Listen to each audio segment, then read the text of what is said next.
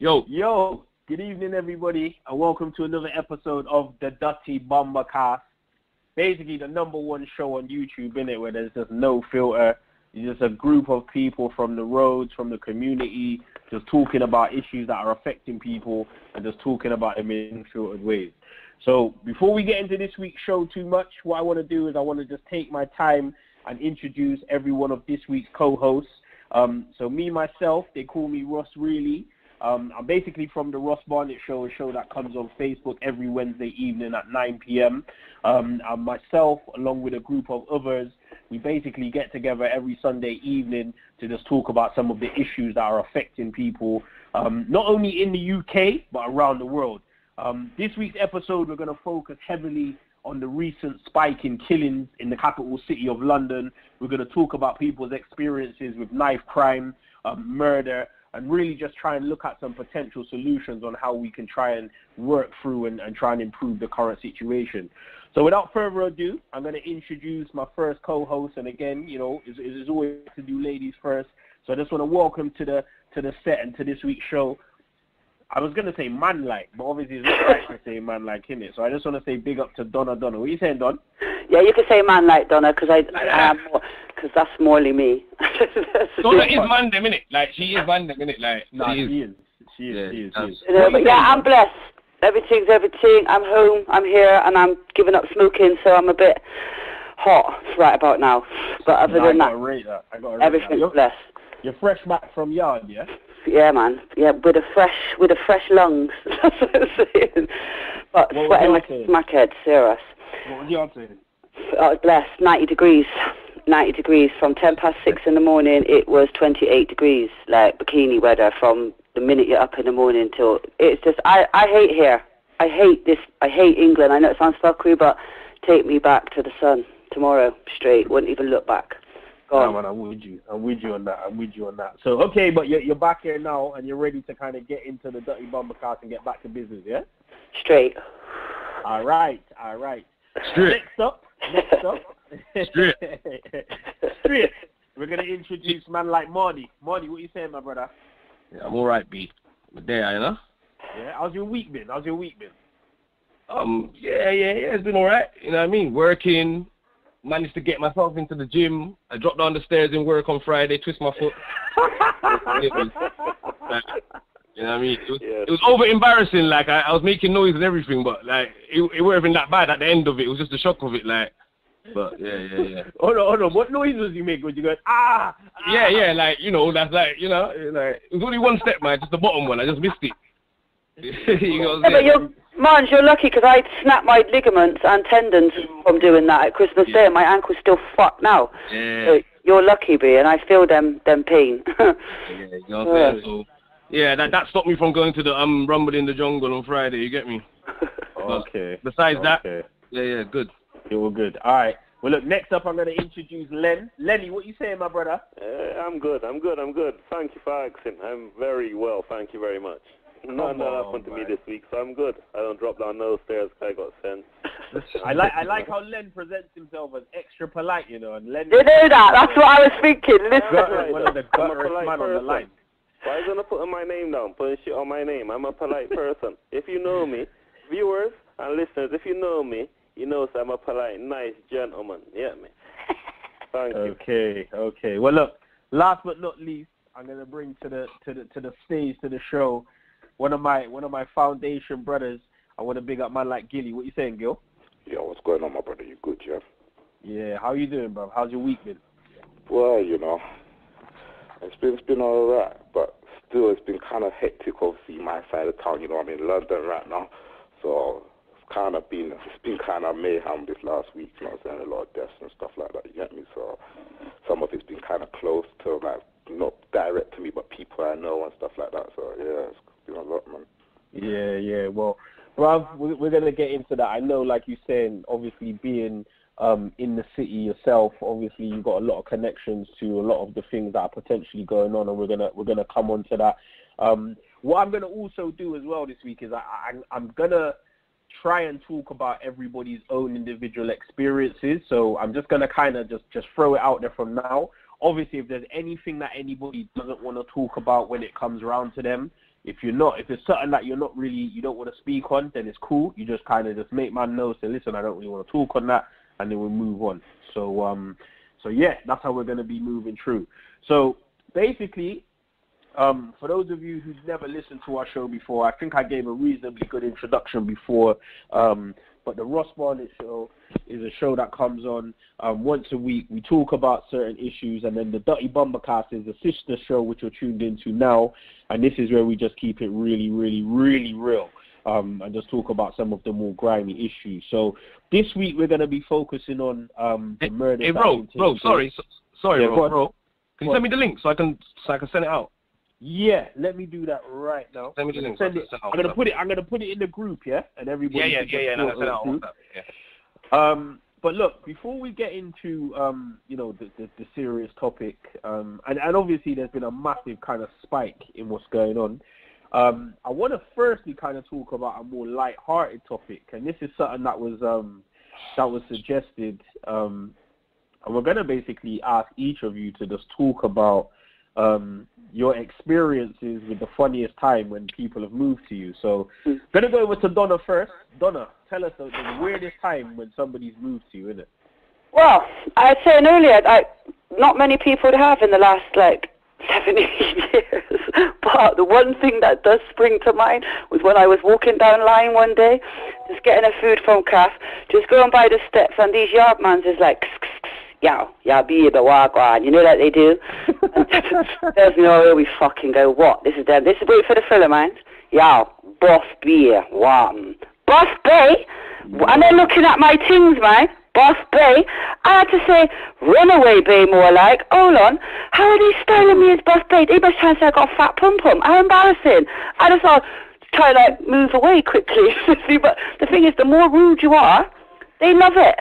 You can't be rude to a yard man, because then it's like them feisty way, and you can't win. So no, that was my worst one, was when the man called me Boss Bay and then draw attention to me, because then the whole of the people's all looking at my things. No, not nice. But yeah, that's the only one that springs to mind. Don. Yeah. Was this in yard? No, this was in pose. Down line. That's what I'm saying. Down line, the man's all looking Boss Beer. What the fuck? I thought I was skinny them times as well. But you know what? This is one of the things I would say. Yeah, is that I definitely think it's a yard thing. Like, man are looking like, if a guy's got a fat pum-pum, I'm not looking at that. No, that's shame though, because I was skinny them times. Probably it was bone. Oh shit. I love it. Alright, Marnie, I want to hear from you. Go on, what's the weirdest way that a gal's ever moved to you, bro? Waiting for this one, Mons. Come on. Sorry, I was just fiddling with YouTube and this at the same time. Right, yeah, I had two stories, and I didn't know which one. To so you know what I mean. But I got one. I know what I'm gonna say. But I'm kind of gassed to say the other one as well. But anyway, right. This is going way back. I think it was in Lakota. It was like a garage rave in Lakota, yeah. Yeah. And I was wearing a Visa hoodie, yeah, and some Nike tracksuit bottoms, and I think maybe TNs or something like that, yeah. I was with my brethren. My brethren had on a Moschino hoodie, yeah, with Nike tracksuit bottoms and TNs. You get what I'm saying? The hoodies were the same color. So anyway, I'm just in this rave, yeah, and this chick comes up to me. She's like, "Oh, I'm fucking you tonight." I'm thinking, I'm looking at her like, "Oh, you shot to my brethren, innit?" I'm assuming that, because we've got on kind of the same thing, both of our hoods are up, that she must have talked to my brethren and thought that I was him. You get what I'm saying? I goes, "Nah." She goes, "Nah, you, I'm fucking you." And I go, "Nah, come, follow me. And I go and grab my brethren, and I'm like, "Yo, you shot to this girl earlier?" And he goes, "No." He goes, "Why?" I goes, "Oh, she said that she's taking me home. She's fucking me tonight." He goes, "Bruh," and he just took her by the hands, took her in the side room and beat it out. My girl was blue and up, boy. How many pills did she take? No. Come on, man. I'm sexy, isn't it? Obviously, isn't it? Come on. All right. What was the next time? Cousin. Well, the other time, it was in the foyer. I think it was in the foyer, yeah, and I had one girl called Natalie. She came down from Gloucester to come and see me. You get what I'm saying? And she came with a brethren, and her brethren was super thick. She was ugly, yeah, but she was super. One of the thickest gal I've ever seen, like. So. A bag over the head, yeah, Bart. What's that? Did you bag her? Bag over the head? No, let me tell you what one. So anyway, Natalie was moving stiff. We was in hey Ron, you remember Braxton? Yeah, of course I remember. Yeah. Man. I think she was in London and she gave me the keys to her room in it. So we was in Braxton's room and she was going on stiff. And like Natalie's brethren kept on giving me the eye, and I'm like, this guy's giving me the eye, you know. Like, so I said, Natalie, come here a minute, let me chat to you. So I took her downstairs to that main bit of the foyer, and I said, 1 second. I just went back upstairs, yeah. This year is one of the best beats I ever had, and it lasted like 30 seconds, I'm telling you. She let down, and she spread her legs so wide and made so much noise, like, bust real quick. But like, and she was going out with certain man that used to live on City Road still. And Marnie. See the girl you was talking about, Natalie, yeah? They're not from Bristol, innit? No. Yeah, some Gloucester things, you know about Sophie. Let's not go that deep into it, but like. Because I do know what, I think man was in the building at the time for it. Oh, bro, yeah. Yeah, you probably was. Yeah, the briefing was so thick, like. Yeah. That was mad. Yo. Okay. All right, Gil, next up you, man. Tell us about the funniest time, the maddest time, the weirdest approach when a girl's actually moved up to you. Do you know, I don't think a girl has ever moved to me, big man. No, I'm joking. I remember one time going back, not Central Chambers, what's the other club across from, what's the club right across from the Hitmajor? What, sit down chair? Yes, sit down on the chair? Yeah. Sit down. I remember one time we was in there, so this is like, them times, what was it? Them time, remember more fire just come out and that, you know what I mean? So we was in there, and I was standing there, I felt a pinch on my bottom. So I've turned around, like, and there's like 3 girls are standing there, but they're all like basically like looking oblivious, like they're doing their own thing, you know what I'm saying? So I've turned back around anyway. So I'm like, pinch my bottom again. Turn around, like I'm looking at, I know it's like one of the girls the minute, you know what I'm saying? But they're trying to go on, like, don't say they're dancing and that. So I turned back around, so like, you know, subconsciously I'm dancing, I'm just like trying to look over my shoulder, try to catch, you know what I'm saying? Anyway now, so they're dancing, bottom got pinched again, but she's pulling back her hand, I've caught her in it, you know what I'm saying? Yeah, go on. This is we're all waiting. This is for a long time ago, but yeah, so anyway, I turned around, so like, I said, why are you pinching my bottom for, you get me? She said, then that's when like, she kind of come close to me, you was talking like, oh, she pinched my bottom because she likes me, you know what I'm saying?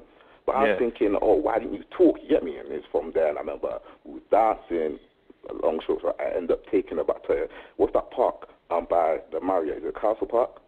Yeah, Castle Park, yeah. Yeah, and I beat her in that little sand, you know, they got little apparatus thing in the sand pit park. Basically, Picnic Park, yeah? You was dogging, yeah? Basically, you was dogging, like, yeah. You know, back then, I never had no behavior like that still. All right. And then last up, Len, tell us, man, weirdest time, the maddest time when a girl's moved to you, blood. And I know, Len, you must have some filthy stories, too, I know you very well, my boy. Tell us, walk on. Oh, nah, they didn't really move to me like they didn't move to me like that. Oh, shut up, Lenny. Stop trying to go on like sweet boy. Shut up, man. Oh, no. You know what? The only time I can remember a few, but what I can remember is the last I remember is a yard gal moved to me, and she came up to me differently. They used to have a little food shop on Grosvenor Road there, innit? Where you could buy the yard food and everything, yeah. Yeah. And I was coming out of there, and same time I'm coming out, she's coming in, and she just told me in her yard twang, said she's marrying me, yeah? But the way she pushed up herself right upon me, I was scared, man. See what is intimidation? You know what I mean? And, nah, serious. Like, I could see how certain girls feel when a man approached them, because the way she approached me is like I didn't have a choice. Yeah, man. Wrapped in a corner. Right on me. That's the last I remember as a girl approaching me, and she has badded me up already. And, you know, I was wondering if I was marrying her. I didn't know if I agreed to earlier in the day.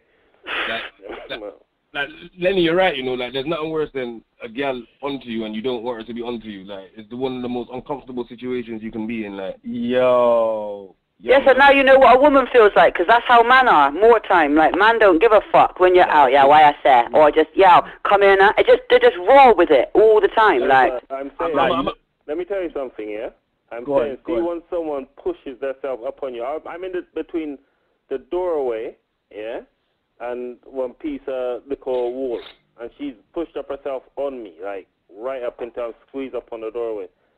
So yeah, man. Yeah, man, I hear you, Don. I hear you. Yeah, you know what? Hold on. Let me just. I didn't even have a story to tell, but you know what? Just off of what you just said, I'm just gonna tell you about one experience still. So this is years ago. I'm in Yard and I'm in a strip club. Yeah, I'm in a strip club and I'm with my brother-in-law. So obviously, like, you know, I gotta respect the situation. I'm with my brother-in-law. I didn't even really know him that well at that stage. I'm with my brother-in-law, and like we're in there. Obviously, we're getting lap dances. It's cool. So there's one chick who's like giving him a lap dance. He's sitting right next to me, yeah? Yo, this chick has just grabbed my hood, yeah? And then she's squeezing it, but she's squeezing it, and she's like, yo, you want panani? And I'm like, yo, nah, I'm good, man. Just allow it in. Like, well, the same time she's grabbing my hood, she's sitting on my brother-in-law's lap, whining on him, innit? So I'm like, nah, like, just fall back in it, like, just deal with my brother-in-law. She's like, blood, the way she's grabbing man's uja, she's squeezing it in it. So I'm like, yeah, but like, to be honest with you, I'm kind of weak. So I'm not like pushing her hands off, but I'm just saying to her, like, nah, man, just allow me in it. So like, my brother-in-law, basically, he looks at her and he's like, nah, man, he's all right, man. Here's her. Nah, man, he want panani, man. I'm just sitting there, yeah? And I'm just thinking to myself, this is mad, isn't it? Like, look at where I am, like, I'm in the strip club and, yo, the gal is she started getting aggressive, innit? Like, she's telling me that I want to fuck her. And I'm thinking, hey, like, I'm just sitting here, like, minding my own business. You're giving my brother-in-law a lap dance next to me. And, yeah. But so that was... Do you reckon if she stroked your hood, you might have felt differently? Do you reckon because you were squeezing it while you thought, like... You know what? Yes. 100%, because the way how aggressively she grabbed my hood, it wasn't even like, it wasn't even that type of time. It was like, I'm like, hey, like, you're abusing me right now. Yeah, I would want to knock her out. I think I would have knocked her out. She's just thinking wages. Yeah. No, then one, she's thinking, oh, little man, big package. England. I think she's thinking English boy. You get what I'm trying to say? Yeah. But the thing is, she was going to ask you for money after, innit? Like, obviously, she was going to ask you for money after, because that's how they get down. It is a money. Yeah. What I'm saying is, like, the thing is, when I'm in Yard, and you lot who's been to Yard, you know, like, I don't know about everybody else. You see me, when I go to Yard, I let my people then do the talking. Like, when I'm around people, I don't talk, because when they hear your accent, obviously they just think cha-ching, innit? So obviously I'm in the strip because she don't even know, but obviously I look different, innit? Obviously, but yeah, she can tell, man. She can tell, man. Yeah, she knows I'm from foreign, innit? But yo, the way she grabbed man's hood, and she, like I said, she's on my brother-in-law's lap at this time, brother. She's actually getting angry with me. I'm like, nah, I'm good. She's like, nah, I'm what? And my brother-in-law's like, nah, he's good. She's like, nah, man, he want panani, what? Like, yo, like, wow, panani. Bro, let me ask something. You're saying that you want it now, yeah? What do you think? You think it? Wait, hey, why? Like, really, right now, you should be playing the tune, "Want Panani, Give Me Panani," right now. We need to have a selection of tunes for when certain things happen or get said, so we can just run the rhythm in it. Because definitely that would be like appropriate right now. Yeah, that would. Yeah, let's go. Let's go. Yeah. All right, listen, man. Listen. That's enough of that. So, it's that time now, Pete. So we're gonna kind of get into the more serious side of what's been going on.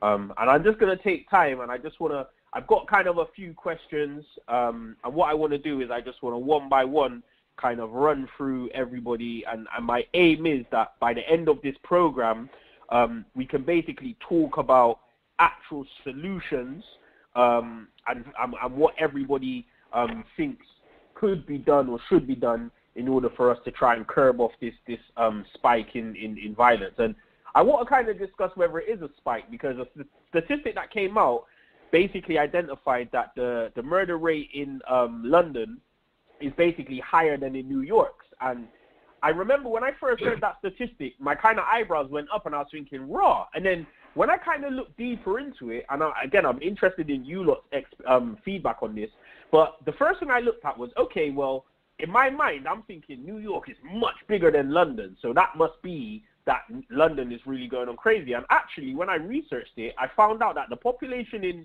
New York and London is basically the same. It's virtually the same. So first things first, and Monia, I'll go to you first of all, but what did you think when you first found out or heard the headlines that announced that the murder rate in London was higher than it was in New York?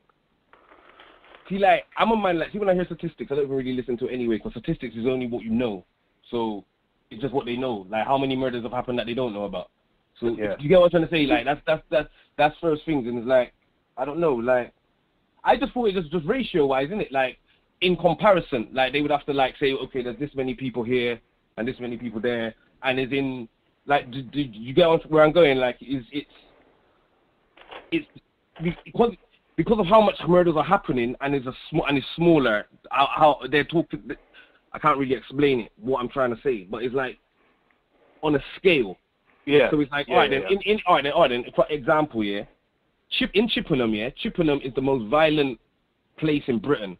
But the reason why it's the most violent place in Britain is because it's so small. No murders or nothing like that. Because it's so small, and the amount of fights that happen in that place, its ratio makes it the most aggressive town in Britain. Does that make sense? Because because it shouldn't be that violent because of how small it is. Like, that's what I'm trying to kind of say. Yeah, but basically, if there's only 1,000 people in the town, but every weekend there's 2 fights, then obviously, like you're saying, ratio-wise, it looks like it's kind of crazy. So I just thought that when they said like the same as New York, because I would imagine New York to be much bigger. You get me? Yeah. All right, Don. I'm gonna go to you next. What did you think when you heard the headlines about how the murder rate has seemingly exploded? Yeah, it's kind of shocked me still, but it's a bit like what Marnie said. It's the same as statistics. They don't know who and what's gone. You know, like, can you not remember not long ago all them black youths that went missing from, was it Edgware or somewhere in London? Yeah, Edgington or some, I can't think, but it was a whole heap of kids from, was it 13 to 19 went missing, and they're still missing now. Nobody's mentioning them on here, because how do you know they ain't dead? Do you know what I'm saying? You don't, like, no one don't know, but I think that was all to do with, they're saying people, the youths trying to shot. A lot of it was older people giving them food. They don't know what to do with the food, and then they were stuck with it and didn't know what to do. So they went hiding for a while because they know if they come back, they don't know the consequence. Yeah. Like, I don't know. I just think it's just mad. All what's going on is mad. It's like, it's kids killing fucking kids. That's the heartbreaking thing of it all. Yeah. Right now, you know, I just, but like you say, with the statistics things, they don't know the actual statistics. Yeah. I don't think it's just, you know, I don't know. It's hard. Okay, well, that is Edmonton in North London. Yeah, that's it. Edmonton. What you're referring to is the whole county line fiasco, which is where you've basically got and it's something that's quite well known. So what you've got is basically groups or crews of men who are shot in, and what they're doing is they're recruiting youngsters and they're taking them to cunt spots, But what's happening is, in some cases, they're kidnapping the youths, but in some cases, it's not even a kidnapping. In some cases, what they're doing is they're just saying to the younger youths from the area, yo, do you not want to make some pee? And obviously, you've got a certain amount of youths who are on it. Yeah. But in some cases, they are being taken against their will, and they're being, like, put in spots where they're basically given a phone. They've basically just got to work that line, but they're not being taken care of. They're not really being fed and all of these kind of things. But that's what that is. That's a slightly different issue. I'm gonna move across now to Len. Len, what did you think about the recent headlines around the explosion of the murder rate in London? Well, see, I didn't know what to think. I was surprised in a way. You know what I mean? Because they compared it to America. They said that it's bigger than New York, not America. They said it's bigger than New York. Yeah, the murder rate is bigger than New York at the moment. Where that, like you're saying, the same thing that they said earlier, Marnie and Donna said earlier, is like the size. Is the size. London is a city, isn't it? All right. New York is a state, so the percentage is gonna look more because of the killings, the amount of killings that's happening in London at the moment. But I'm just shocked by the whole thing, man. It makes me sick thinking about it, man. Just Okay. Hey, can I add something, bro? Yeah. Yeah, man. Add. Go on. The thing is, yeah, like I'm not that shocked because obviously I was in jail in North London like just last year, and how like when Somalian brother got murdered on the wing while I was there, you get me? There was 2 suicides. Someone got cut every single day on my wing, and that's not even that, more than that. But I'm trying to not make it. I'm trying to give you the least, so it's not an exaggeration whatsoever. But definitely, someone got cut every single day, and that's just on my wing. There's 500 man on the wing. See, in London, in London, that's just what it is. It's just, you know what I mean? It's just shankings upon shankings. So it didn't really surprise me at all. But also, what I would want to say, is that this is kind of like, you don't hear about it, but this happens like all the time in Birmingham and Manchester and all that, you know. It's not like, you get what I'm saying? Like, I remember when I was in London, I had my brethren there with me. Like, my brethren was there. You get what I'm saying? He's from Brom. Yeah. Like about a week. Every time morning he came out, he's like, raw, someone got a top last night, you know. Like for a week, every day. And I go, raw, what? Someone got a top every day this week? He's like, yeah, like. But you don't really, you get what I'm trying to say? It's not news. It's more so because London's the city why you're hearing about it more so. You get what I'm saying? So that's probably why. Yeah, probably. Oh, okay, hold on. Let's go to Gil, and then what we're going to do is we're going to kind of move on to the next phases of what's going on. So, Gil, your thoughts, bruv, on when you heard about the recent explosion, or so they would describe it in the murder rate. This is my opinion, yeah. Like, people are like kind of get sidetracked with what's going on now. So, like, obviously they stated that London's murder rate at this present moment in time from January 2018 up to now is higher than New York, you know what I'm saying?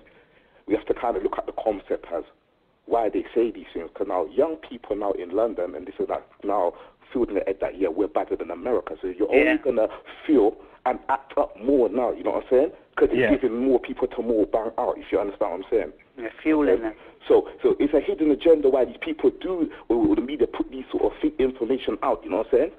Yeah. Because really, is London better than New York on a whole? No, because New York is a very serious place. You've got some serious places over there. Flatbush, them projects are serious, you know what I'm saying? A lot of things happen. It's just at this present moment in time, the global thing is, because it's London, a few murders happen, you know what I'm saying? There's been so far 56 murders since January, you know what I'm saying?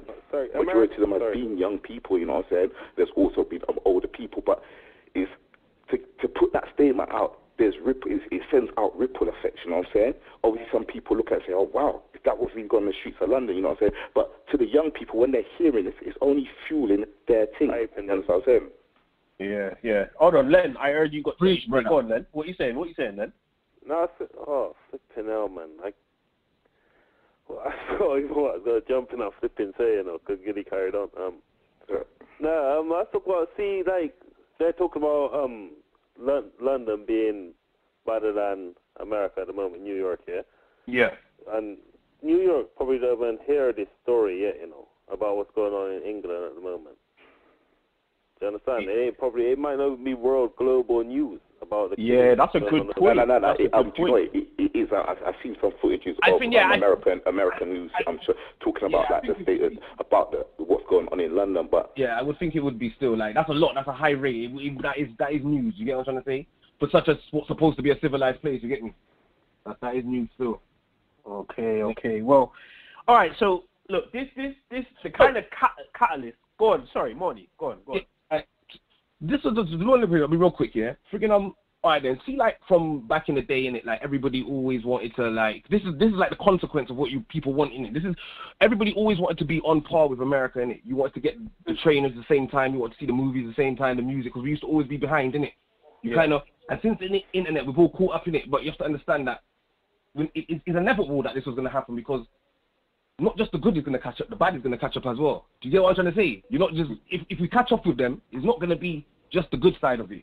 You're going to get the negative side as well, which is the murders. You get what I'm trying to say? I hear you. You get what I'm saying? That's you know what I mean? Like be careful what you wish for kind of thing.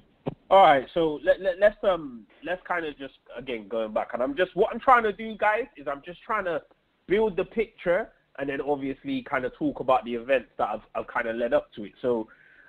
pretty much this whole kind of recent media, I don't even know what to describe it as, just explosion in coverage and opinions, stemmed from the death of a 17-year-old girl who was basically shot in Tottenham. And that really is what it was that seemed to kind of spark this whole, wow, like, look at everything that's been going on.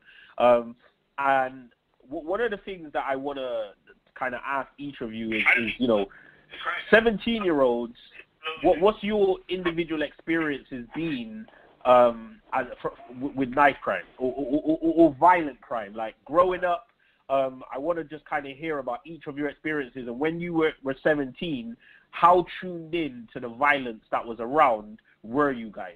So I'm going to I'm going to go to Gilly first, yeah? Gilly, I want to hear about, what was your experience like as a 17-year-old in a city youth as far as violent crime? Wow,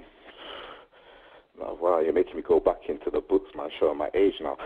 But obviously, back then, like, as a 17-year-old, obviously, I used to walk with knives myself, you know what I'm saying? But knife crime at that time, like, things would happen, innit? People would get stabbed up, if you know what I'm saying, or right, back then times, obviously, should I say, in Bristol, those 1, 2 things, obviously, what happened and stuff like that, but how can I explain? It wasn't as much as what we're seeing now, if you understand what I'm saying. Yeah. You know what I'm saying? And even back in them times too, it's like, cool, I'm out of the knife, that maybe man would stab a man to make a man know that man was serious, you know what I'm saying? Not in the intention of murdering someone, you understand what I'm saying? Yeah. So 17, I'm just trying to go back in that kind of mind frame of 17. At that time, 17, I was in young offenders sometimes, you know what I'm saying? Okay. You know what I'm saying? So go on. So you like you said, when you was that kind of age group, you was already carrying around knives, yeah? Yeah, I carried knives at the time, not necessarily at the time, like maybe a years ago, but yeah, I had weapons. I had to come out my house with weapons. Okay. So, Marnie, I want to go to you, and one of the things that I want to kind of get from you, Marnie, is that, like, growing up, we're like foundation, like, we've been close from when we was youths, and you probably are the first person that I remember, like, from our age generation who actually got stabbed, yeah? So, how old was you when you got stabbed? Were you about 15, 16? I think it was, if we left school, it was 98, I think. It was 98, like. So 16. It was 16. So, yeah, 16. I might have been 17, depending if it was past October or not. Because obviously my birthday of the year, you get me? So. Yeah. And what was that effect like on you, though? How did that affect your outcome, your outlook on life? So wild kind of thing, like, you get me, like, yeah, it kind of just made, I just kind of lost my head for a few years, you get me? It's crazy, I just, you know what I mean? I wanted to kill someone, I didn't care if I got killed. Like, seriously, and that's like, for real, it's not even just saying it, like, I actually, that is the mind frame, I did not give a fuck, you get what I'm saying? I would approach, like, 5 men and, you know what I mean, I'm obviously going to lose, I'm going to get fucked in it, but, yeah, it was crazy. Obviously, yeah. It didn't really do me, it didn't kind of show me that maybe I should stay away from all of this. Yeah, it didn't scare you, it wasn't enough for you to think that's not the life I want. It pushed me further, like, it pushed me further in, like, I was, you know what I mean? Were you shocked? Were you shocked by it? Like, what happened to you? Were you like, wow, I can't believe this happened? Nah, because you know what, yeah? Like, obviously, it was like, we were the first in Bristol, like, we were the first, our age group was the first to, this is why, we are why them lot are beefing now. These Eastern and Posies now, it's because of us why they're beefing. We were the first ones to do it, like, you get what I'm saying? Yeah. So it's like, there was much more of them than us in it, so kind of like, Polesmans weren't really on it because we were just outnumbered. So when I went to Markham X, I knew I was going there outnumbered, and I remember I was with Glock in there, and they were saying, don't even go down there. Okay, I'm going. How can they be in Poles and I'm not gonna go where? Like, how am I not gonna go Markham X? I'm from Poles, innit? That's my spot. So I'm going there, innit? Like, I went. Like, you know what I'm saying? Obviously, man, we already had a little beef a couple of weeks ago, and man kind of got turned over still. Yeah, and but anyway, you know what I mean? But yeah.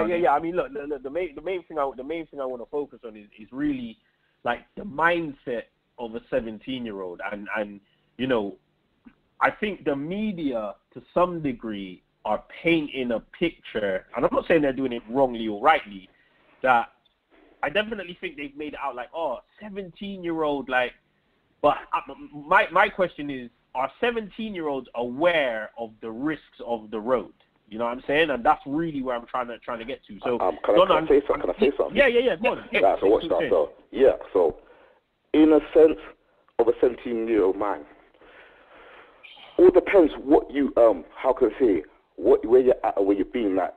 For obviously me as a 17-year-old, saying I was in jail by the time. I'd already been expelled from like 3 secondary schools. You know what I'm saying? Okay. So my head, you know what I'm saying? My mind was ready in the streets. We were just living for today or nothing. You know what I'm saying? No one was really thinking about future plans like that, if you know what I'm saying. You know what I'm saying? Yeah. You was out there. So, like, and wait, it comes down to when it plays a factor is, like, at them times, my teachers always told me from a young that, I'm always going to end up in prison. We're going to always end up, you know what I'm saying? So, instantly, because you're always hearing that negativeness in it, you go, ended up down in that path, you know what I'm saying? To be honest with you, yeah, you're fully aware of the dangers, innit? You are fully aware of the dangers, but you don't think it's going to happen to you. I think that's just the only way to kind of really explain it is like, you know what I mean? All right, you've already been stabbed, you've already been shot, whatever it is, and you still go. You obviously are aware, innit, because it's happened to you. But you just don't really care. You get what I'm trying to say? But I don't. It just depends. There's different angles, innit? It just depends on what angles you're coming from. You might be fighting or warring for something that you feel is worth fighting for, or you might just simply be doing it because you just want to be the baddest on the block. Like it depends on your motive. You get what I'm trying to say? Like when it was me, I felt like I was violated, so I had a reason why it weren't just simply because I'm from St. It wasn't even because I'm from St. Paul's and they're from East, because there was no St. Paul's scene. No, that's where I worked with my friend. I just felt like, hey, you violated me. Jumped up in my head, stabbed me in my back. There's no way I'm letting anybody pass me. No one can't pass me. Can't walk past me, innit, without it kicking off. It's not going to happen. And hold on. It's not. Yeah. Wait, hold on. So Donna, I'm gonna go over to you because being the only like lady in the group, what was it like your teenage, like when you were 17? Raving. Raving. How in tune were you to like the violence that was going on road, and how prevalent was it? Like how much beef do you remember being about at those times? They're bare of it, but we were just raving, and it was like, to be honest, everyone was just peeled up. So it was not a hate thing, but if somebody moved to you, then you're dealing with the situation. Like, but it was never a knife thing for me, and that it was always I just knock a bitch out. One time I had done a bit of kickboxing, thought I was Jet Li, so like, all day long let me fly kick it in his face. But that's all it was. It was never like, no, you would always see it going on. Don't get it twisted. Like, I can always remember, Marnie, you was the one, you know, bad boy. Always in the rave, look out for them. You know, the group, you always see it happening. But no, it was not for me like that. It was just, like I say, if anything come, it was just a fight thing, hands. I never, not no weapon thing, but you know it was going on. That's how people used to move, because you fight fire with fire nowadays, you know. You can't, if people's coming to you with a knife, you can't, it's hard to fight them without the same, you know? All right, and then as a girl who, you know, you would have had boyfriends or what have you, and I'm not, you know, and I'm not asking you who you were with at that time and where, but what I'm saying is, were you mindful, like, if you were with a certain type of guy, like a road guy, were you even kind of in tune with the things that they were involved in? Did you kind of think that, okay, when I'm with this guy, I could potentially get involved in? Yeah, you know what you're doing. From you're with them people, you know the consequences. When you're with somebody, you know what's happening. Like, I know it sounds mad, but certain people got beef. If you're with them people, you know beef's going to come to you.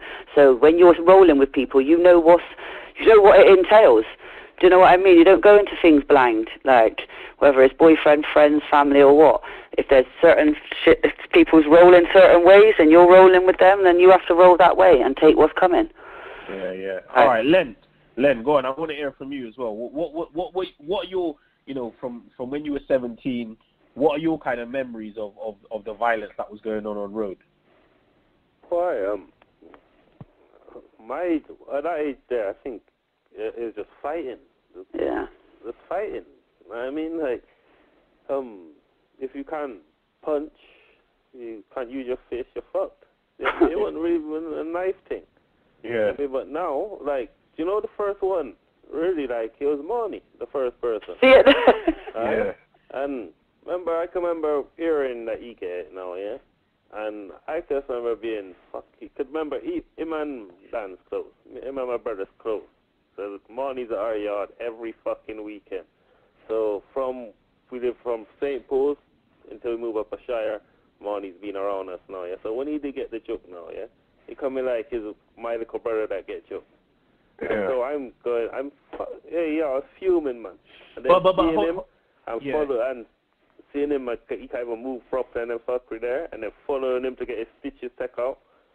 Remember, I was hold there, on. I wanna touch on something else. So obviously, you're from the inner city, and we gotta just be mindful, guys, that obviously, like a lot of the audience, all right, there's a lot of audience who know us, but I'm hoping that a lot of other people who can relate to this. So let's not make it too local, yeah. But I think what is interesting, Len, is that you're saying that for you, a lot of it was just kind of fist fighting, but when you were a certain age group, you kind of moved away from the inner city community that you're from originally. Do you think that had an impact on why it was more fist fights as opposed to people having weapons? Do you think that's why? No, I reckon I moved out just in time. You get me? Like, but moving up to where I moved, there was enough fist fights, man. Like, I moved up to, like, Sharpton. You get me? Like, that's predominantly white area. White area, yeah. You're getting brought white up. area. You get me? So, they love a fight. Yeah. And you know me, from when I was little, alright, I like punching, I like hitting. You get me? So, from when I was little bit, I was fighting for my live in St. Paul's, and when I moved to Sharpton, we're having fights as well. But when we moved to Sharpton, we're fighting people like big man instead of the youth from our age group, if you feel what I'm saying. So that's what I used to go through, is like more of the fighting thing. Yeah. The knife thing only started in those areas recently. Okay. So, all right, look. So the violence that's going on at the moment, peeps, obviously record number of murders, 50-plus murders already since the year's begun, predominantly young inner-city youths who are killing themselves. We've already looked at, and Moni, you've already made a note, that it's not just London. It's happening all across the country, yeah? So the question now that I want to ask people is, who do you guys think is to blame for this? Like, what do you think is the reason that a record number of young people are killing themselves? And I'm going to go to Gilly first to hear what you got to say. Gil, what do you think? What's behind this? What's the reason, bro? The highest rate. Well, like I said, I believe this is just an effect on our culture, how it's been, you know what I'm saying? You know what I'm saying? With maybe, like I said, back in the day when people were fist fighting, whatever, you know what I'm saying?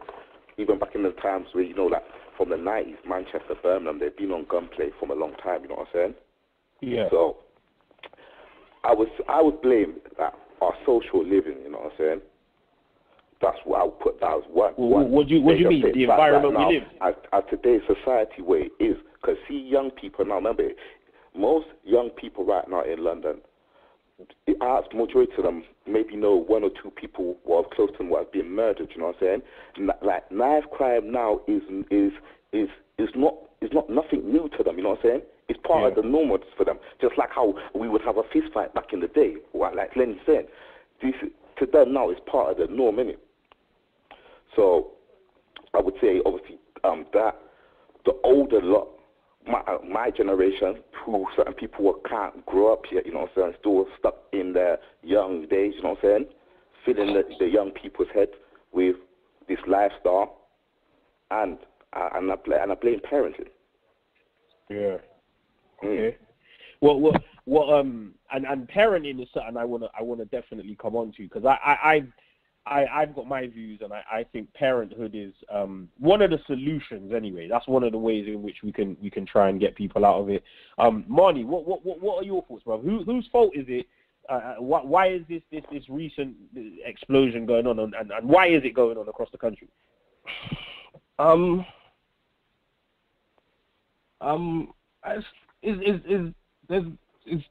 There's a lot of people to blame in it. Everybody's got a hand in it. Who's to blame? Obviously,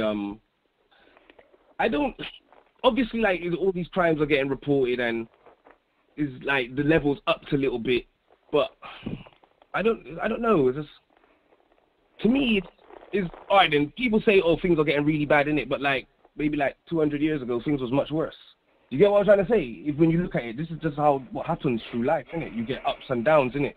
There's a time where, I don't know if it's a cycle of every, 120 years, or, you know what I mean? I don't know, but it's kind of just, it happens, isn't it? It happens, isn't it? Do you think that, I mean, one of the things that people have talked about is that nowadays the government, there's a lot less things for young people to do. There's a lot less youth clubs and this, that, and the other. Do you think that that's partly responsible for things? Well, basically, innit, like, like trap music, innit? That's kind of growing the youths, innit, really? And obviously, like, it's been allowed to be pushed out there. Yeah. And I reckon it's purposely being allowed to be pushed out there, like, you know what I mean? It's like they want to feed you with that. Like, you know what I mean? You got no dad in your yard. You've got no one to kind of guide you in the right direction. You're there listening to this driller music. You get me? And they got they seem as though they've got money, and this is how they've made their money, and this is how they've behaved to make the money. Okay, that's what you got to do to make the money. And you get what? That's my role model, then, innit? He's my role model, so I got to do that. If they had a better role model, then maybe they might sway that way. Oh, he made hundreds of thousands off working in that corner shop. Boom, how did he do that? Yeah, he just got, you know what I mean? He just went to the trade, the wholesalers. Yeah, do you get what I'm saying? And bought a box of crisps and drinks and coke. Do you get what I'm trying to say? If they seen man mash like that, then that's what you would do, innit? But we're kind of not stuck in an area, but like, you know what I mean? That's just what we've been fed, innit? Like, okay. All right, Donna, what do you think? Well, I think a lot of it, is all... I know it sounds hard because people are saying no, Donna. I think a lot of it's down to the parents. I know that sounds fucked, right? But if you show your kids discipline from young and you set them boundaries and teach them key values in life, I know it's just a simple little things like manners cost nothing, and teach them right from wrong, and don't do to others what you don't like being done to yourself, then, I mean, I know most people teach their kids that anyway, and then they go their own path, because when the kid grows up, like, they all go into their little groups and they call each other fam, you know, like, and it's mad, because like, I watched a thing earlier and they were saying that if you look at how the kids are today, like, when they grow up together, the kids have a fight. The first person who's got their back is their friend. Yeah, they're who they call fam. Then they'll go home and tell their mum and dad after, you know. But most, like, these kids are growing up in a little clique together who they class as fam. Like, so and then a lot of those other kids don't have what you have as well, like, because a lot of the big influence, I think, is a lot of it's music, like Marnie just said, you know, and they're watching certain lyrics they're listening to, and then they're looking on the music videos, and you're seeing them all trapping, and you're seeing the money, you're seeing the garms, the clothes, and then it's a big thing of, like, all the kids want the same as what the next man's got. Like, you can't go out a road in shitty trainers because you're going to get bullied for that. So you're more inclined to go to the groups of kids who's going to be able to help you, give you money. I know it sounds fucked, but it is. That's what it's all about, the drugs as well. Everything's like shotting, because there's always going to be cats out there, so there's always a market to sell drugs, and that's where the money is for the youths of today. They don't want to go and get a job because they're seeing, like, olders stood out there with whole heap of money, like all the trainers, garms, jewellery, everything, you know, and that's what kids, they just want that, and then there's peer pressure to do that because their friend's doing it. I just think it's just mad. It's just mad what's going on out there today, because there's no morals and no respect for the elders from the children of today. Yeah. Like, they don't have no respect. Like, back in the day, if you see your mum's friend and your mum's friend give you a whack round the head for taking the piss, you hold that whack, because that's just how it was. Nowadays, your mum's friend couldn't even have a go at you, because the society today, your mum will have a go back at that friend. Like, who are you chatting to, blood? Don't chat to my kid like that. Like, society's gone fucked. Do you know what I'm saying? There's just lack of respect all round, everywhere. Do you know what as well? Just before we go over to Len, so I have heard in the news that they are kind of like comparing, like they're saying money and the drug trade and all that is behind it. But and hold on, just before, I don't know if that was you, Money, but one of the things that I've seen. All right, so let's look at. And again, I didn't want to make this too local, but when you look at local beefs, right, the local beefs that exist now, they're not about money.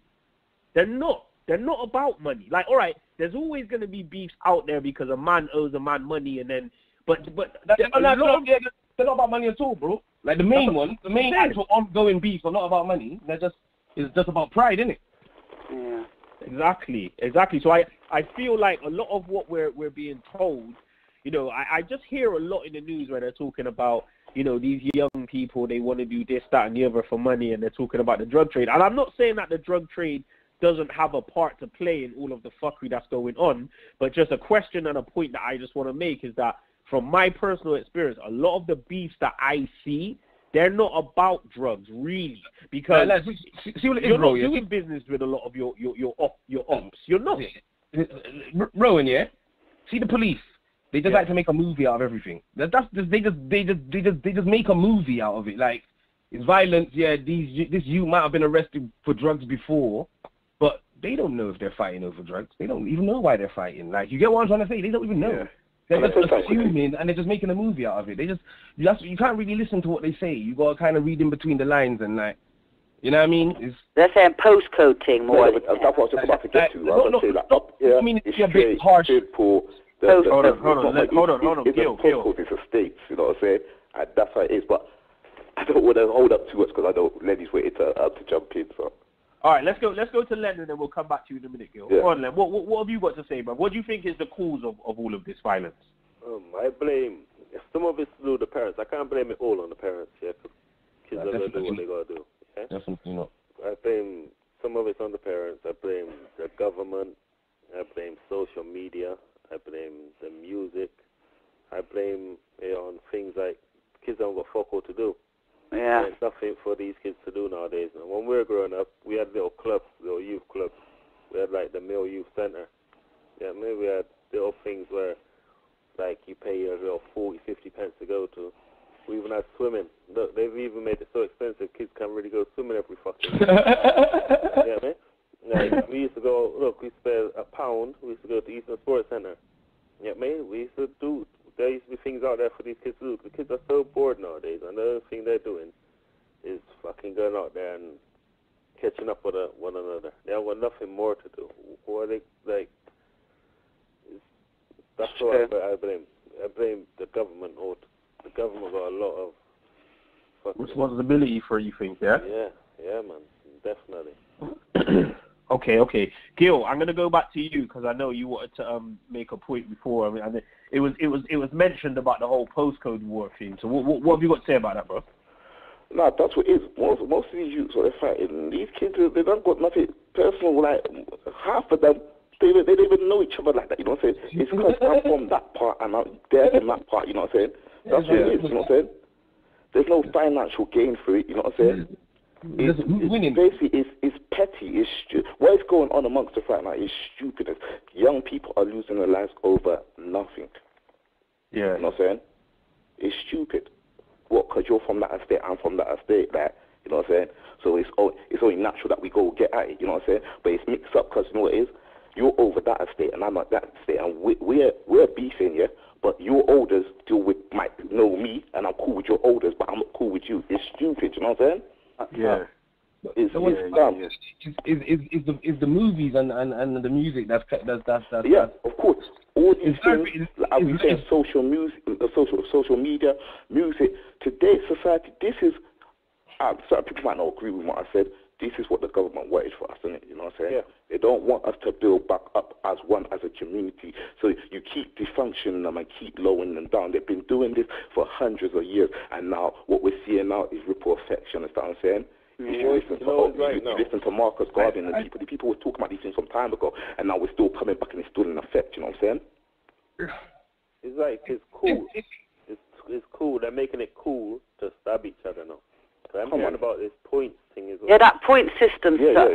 They got a point system out and all the sort of things that I'm hearing about now, where you get 1 point for this, and if you haven't got no points, now you got that flipping thing in your head where you're thinking, right, now I have to go and catch up. Yeah. I'm not saying it's who's winning, isn't it? It's just who's winning. That's just all it is. Who's winning? Yeah. That's exactly what you just said. That one, who's winning. Yeah, my team is up on your team, like it's a football game or a basketball match. You know what I'm saying? But this is people's lives. You know what I'm saying?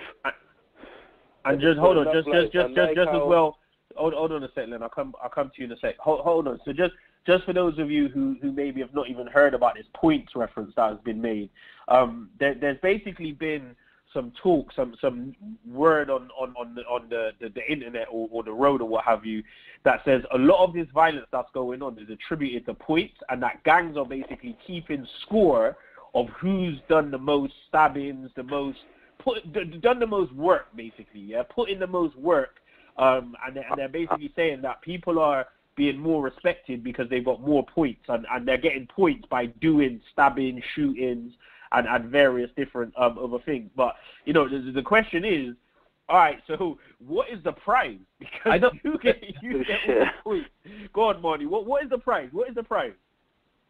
Oh, so you don't have to see their faces no more, innit? When the whole team's gone, innit? You never have to see them again, innit? That's probably what the prize is, innit? But like, baby, fucking I don't think they're actually keeping points. Like, you know what I mean? I think it's just how man talk, innit? Like, Yeah. You're just talking, innit? Like, I'm putting in the most work. I got more points. It's not. You're not actually logging it down, innit? It's just. No, I think they are. That Chris Preddy. Do you reckon actually marking? I don't think. Yeah, so. If you go look at that Chris Preddy, like, you know, have you heard of him? He's the Who's the referee then?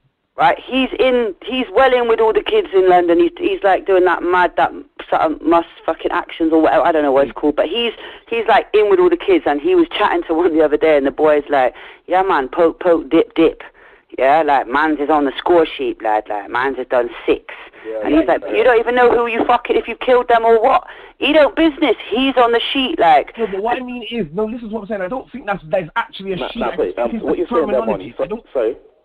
You know what I'm saying? I think it's a terminology, isn't it? It's not just like it's actually a sheet of paper and he wrote down on it. Like, I don't know. But I hear what you're saying, man, but I think...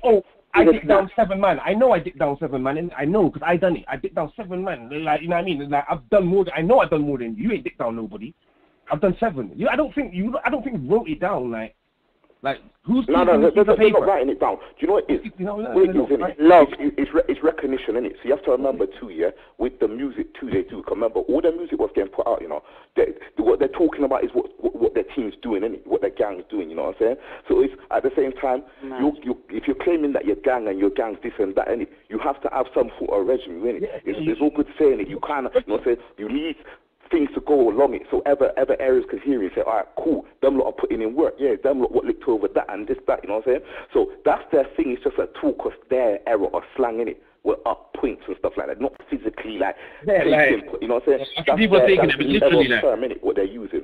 Yeah, well, also as well, like the music's been mentioned a couple of times now, and recently, I think might even have been yesterday's front page news on, I think it was the Daily Mail. They were talking about Westwood, innit? And they were basically saying that I think that the headline was something like top DJs profiting from the promotion of gang violence. And they were talking about the Westwood Crib sessions where he has basically artists come on there. Yeah. And you know, I think there's been a couple of cases where man have actually spat certain freestyles where they're basically going at man, and there was definitely, and I don't remember who the actual crew was, but there was at least one incident where a crew went on there, they spat some bar, and then after that, they all basically got shifted, innit? The police basically raided their yards and locked a big group of them up. So the music thing, though, for us, they've been talking about that forever. Like, we've always heard that music is responsible for a lot of violence. So the question at this point then, guys, is yeah, like literally, how responsible is music for the behavior of these youths? Len, go. Let me go to Len first. Len, what do you think? It's got a lot of it. It's like, if you think about the little verses that they're spitting now, yeah, and what they're talking about, and like you got these kids out here reacting to violence and shit. Yes, and they used to blame it on computer games, and violence on computer games is music. It's music because of the motherfuckeries. When I listen to certain things, I'm like, wow. I'm trying to take it in now, and nah. But the thing is, yeah. Sorry, but the thing is, and I mentioned this off the air when I was talking to you guys in the group. I think like for us, most of us in this group, we've got Jamaican heritage, yeah, and we come from a very interesting culture because our heritage, like we come from a culture where like badness in music, that is something that I would say is Jamaica. It comes from Jamaica. I'm sure there's other countries where they promote certain fuckery, but one of the big things about Jamaican culture is, there's a lot of music where man are talking about how much of a bad man they are. The whole phrase "bad man," like the bad man persona from our perspective, from my perspective, is a Jamaican thing, yeah? So culture-wise, that's kind of what it was from Jamaica. But obviously a lot of these youths that are killing each other across the UK, they're not Jamaican. They're English youths. Some of these youths have not even got any attachment with Jamaica or some of the places their parents came from. So, but I think that the music is an interesting one. I mean, Donna, how much do you think the music is responsible, or how much do you think it's to do with some other kind of culture? Well, it's mad because, like you say, I think a lot of the videos as well. It's not just the lyrics; it's the videos and what they show on the videos. Like you just see Pierre. It's a gang thing, innit? And you just see all the clothes, the money. They're just showing like a hype-up lifestyle. And to a kid, like an impressionable child of that age, like from teenage and upwards, people want. I know it sounds hard, but a lot of the kids of today want something for nothing, like. And when you're seeing those videos and easy lyrics, like the lyrics, when they just chat about, do this, get that. It's just, I don't know. I think the music does play a big part of what's going on because people listen to lyrics. That's why the other day I put on my Facebook calling out for man like Skepta, Stormzy, Figure Floats, anybody positive to try and make a tune or something. All of them come together and make a tune for the kids to try and listen to that. Something positive, telling them to stop the fuckery. But I don't know. I don't know. I elaborate what you're saying there. And like you said, why aren't certain artists coming together? Speaking up. No, because it's not sellable. It's not sellable, isn't it? It's not sellable. So you will go with what's the sellable thing, which is what's going to go out there. So what I'm saying now with these young people, what happens? When a mind's not matured yet, and it takes in a lot of information, you have to remember the society, what they're living in. When we growed up, we got to kind of grow up as kids, you know what I'm saying? Some of us might have been advanced before for some of the rest of our peers, you know what I'm saying? But they're seeing a lot of things before their mind is really, you know what I'm saying?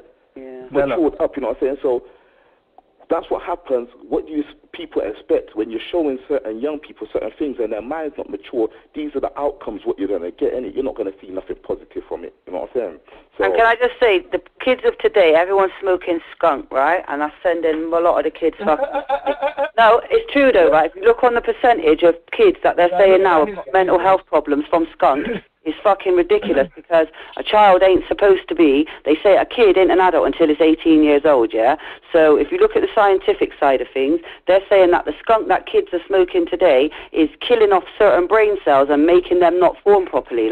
So the kids ain't thinking like you're supposed to think. Do you know what I'm saying? Their brains ain't working properly because of the fucking skunk. And then you got that foolishness spice, that's just another conversation. That's another topic. That spice shit. But I think as well, a lot of the fit is skunk, man. Skunk's a big part of the kids today. Sending them, I don't know. It's just like killing off their brain cells. I'm telling you. Money. I want to hear from you. What do you think about the effects of drugs. And let's keep it real. You're a man who's had experience with a few different drugs. Probably more than probably more than him most. Yeah. I've done bits and pieces still. To be honest with you, yeah, I couldn't really agree. Everybody's minds are different for a start, innit? So, you know what I mean? What might be in the sense of like what would get you lean or what would get you high might not get him high, or like everybody's got different tolerance. Everybody's, you know what I mean, just got different mind strengths, innit? So it can be something to do with it. Me personally, because of how much I've done over the years and how young I've been doing it from, I would say no, it has no effect. Like really, like I believe I'm saying. You get what I'm trying to say? I don't really. You get what I'm saying? But yeah. I don't. It's the music. Like you say, it's the music. Like, but it's not actually the music in the sense of like. It's the character. It's kids, yeah. Even though it seems silly, yeah. Like oh, they're these are like gangbangers, but they're role models, isn't it? There's a role model is just what you like and what you want to aspire to be. How you're looking at it. You just need a different kind of role model that they can associate themselves with. Because right now, they live in ends, whatever ends that might be as well, not just a black ends, it could be a white ends as well. Because white people are doing it as well. It's like, it's kind of always, do you get what I'm trying to say? Yeah. As much, you get what I'm trying to say? But you come not a colour thing anymore, is it? It's everybody. Yeah, you come from an ends, you get what I'm trying to say? You wear Air Max, you wear hoodies, boom, boom, boom, boom, boom, and you're out here, you're trying to make a buck. You get me? On TV, you got these youths who look like you, they're about the same age as you, they got an Air Max hoodies, whatever. You get what I'm trying to say? And they got money, and they're saying, this is how I got my money. They haven't got no one else saying this is how you got the money. I think it's just that. I think it's just role models. Kids need role models, someone to aspire to be or be like or better than.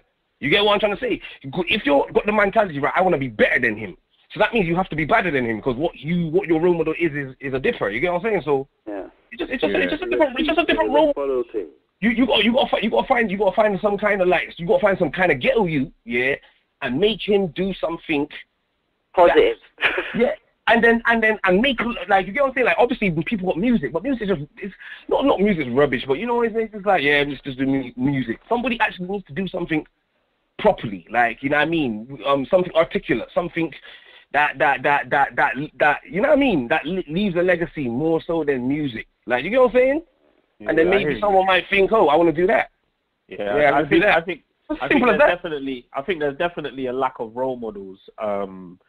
And again, like, I think everyone's different as well. Like, us lot growing up in the inner city, I guess, I don't know, maybe I'm being naive in saying that we're less gassed by the music. I don't know. I mean, I remember growing up, when I would hear, like, obviously I'm a hip-hop man, so, but when I would hear certain tunes growing up, it wouldn't make me feel like, yeah, I want to go do these things. But that being said, the whole drill music and all the stuff that they're listening to today is different again, though, really. You know what I mean? Like, a lot of, this is going to be maybe controversial, but in my opinion, a lot of these youths who's making the music these days, they're not even good rhymers. Like, they're just, a lot of them are popular just because they're chatting the most greasy shit. They're not really that great, in my opinion. Okay, let's look at solutions now. So what is it you lot think needs to be done? And in fact, first of all, so one of the measures that have been talked about by like Sadiq Khan, obviously, who's the mayor of London, and the government, is the whole stop and search thing. So I'm guessing the stop and search thing, the logical process is stop and search is going to result in more arrests, or it's going to kind of reduce the likelihood of people carrying weapons. What are you lot's thoughts on that? Do you think that that's going to be a deterrent enough? And Gil, I'm going to go to you first. What do you think? Stop and search, is that going to have an impact? No, it's not going to have an impact. Me personally... Why? Yeah. When they say a solution, I can't see no solution at this point in time. And it's not me saying that in a negative sense, you know what I'm saying? Right now, with today's society, it is a shambles. There's so much different avenues, from the music to the drug culture, this or that. I think the only way it could ever get back is for us to come together and build back our community. You know what I'm saying? I remember when I was younger, if I would have gone to your house and if I was this bit naughty, your mum would be able to smack me. I couldn't go back to my mum and tell her, oh, I got smacked by Ron. Mum can't get beaten again. We need to grow these children as a community, you know what I'm saying? Right now, there's learned that there is a big detachment between them and us, you know what I'm saying? And then you have so much different things what are interfering in the way. As you said, you've got people like Tim Westwood, these people helping them promote this thing and this, that. You've got people who are over a certain age who are preying on younger teenage kids, giving them drugs, showing them that lifestyle, you know what I'm saying? Because it's all good saying, do this, do that. The reality is, you need to show these kids something else, i.e. like what Marnie was saying, role models. You need to kind of take their mind away from that, this fast money thing, this drug life. Because remember, everyone thinks that this is all glamorous and stuff like that. But there's another side to it, innit? Like jail, innit? You know what I'm saying? A lot of people don't think about that. So it's a mess, and I believe it needs a community to help build back, and obviously go into the younger lot. To the younger kids. Okay. You can reach out to them. That's positive. All right, Donna, what do you think? Do you think stop and search is going to have an impact? No, because that's what's been going on for ages. Like, they've been doing stop and search from when? So, like, they're going on like it's a new thing they're bringing in. I swear this stop and search was going on from before now. Well, so apparently, hold on, sorry, Don, just to cut you. Apparently, what happened was, so yeah, it was going on, and then I think Theresa May basically, she kind of called for it to be scaled back in some way, so it was apparently scaled back, and then I think that there's statistics that have shown that when they cut back on the stop and searches, I think it then showed a surge in the violence. I don't know, but go on. But they're saying, because I seen earlier that Chris Preddy's calling for parents to stop and search your child before it leaves the house. Of course. Because I think, yeah, you do that, but then you're going to see then which kids where there's no discipline, because you're going to have certain parents saying, yeah, like, come here, and the kids are like, fuck off, like, and gone out. You know, then one's lack of respect, like, that's... No, but that's how it is today. Like, I always think, if you bring your kid to do, I know this sounds mad, but sports, right? People say to me, don't know what I say, sports, from young, put your kid into something sports-wise. Like, I got 2 boys and a girl, yeah? And true jar, like, their dad's, like, road, I don't want that for my kids. And I don't care what, I don't want my kids on road, yeah? I don't want it. So I made sure my eldest I made sure they're not going down that road. So from young, I put them into sports and something they enjoy doing. And every weekend, as a parent, you've got to do your fucking shit and go and watch and go, you know, support your kid. And I'm lucky because Diego does Bristol Rugby now. He's 16 next month, and he's doing all right. Like, you know, he was in Wellington this week doing his thing with England and thing. He's proper, and I'm fucking proud to say that he's not a road boy, but yet he knows road. Do you know what I'm saying? But I believe it's just showing them.